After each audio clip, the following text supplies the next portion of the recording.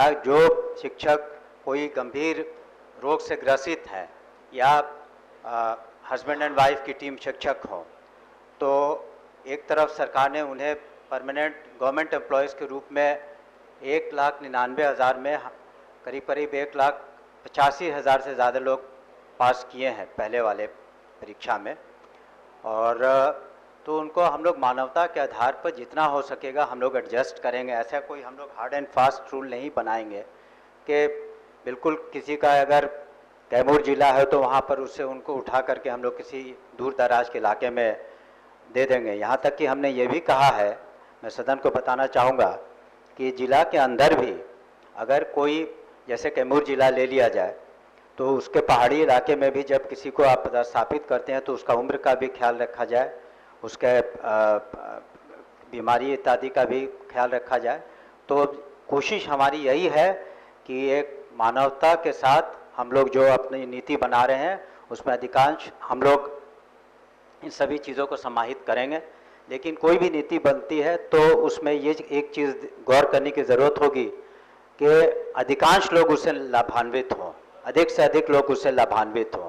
कुछ लोग फिर भी उससे असंतुष्ट रहेंगे, लेकिन सरकार की और शिक्षा विभाग की, माननीय मुख्यमंत्री जी की बिल्कुल स्पष्ट हमारी नियत है कि अधिक से अधिक हम लोगों ने जिस तरह से सरकारी सेवक होने की सुविधा दी है उसी तरह से उनके स्थानांतरण के संबंध में भी हम लोग उसको जहाँ तक हो सकेगा उदार करें रखेंगे। आपसे हमें अनुरोध है कि इसे वापस लेने की कृपा करें।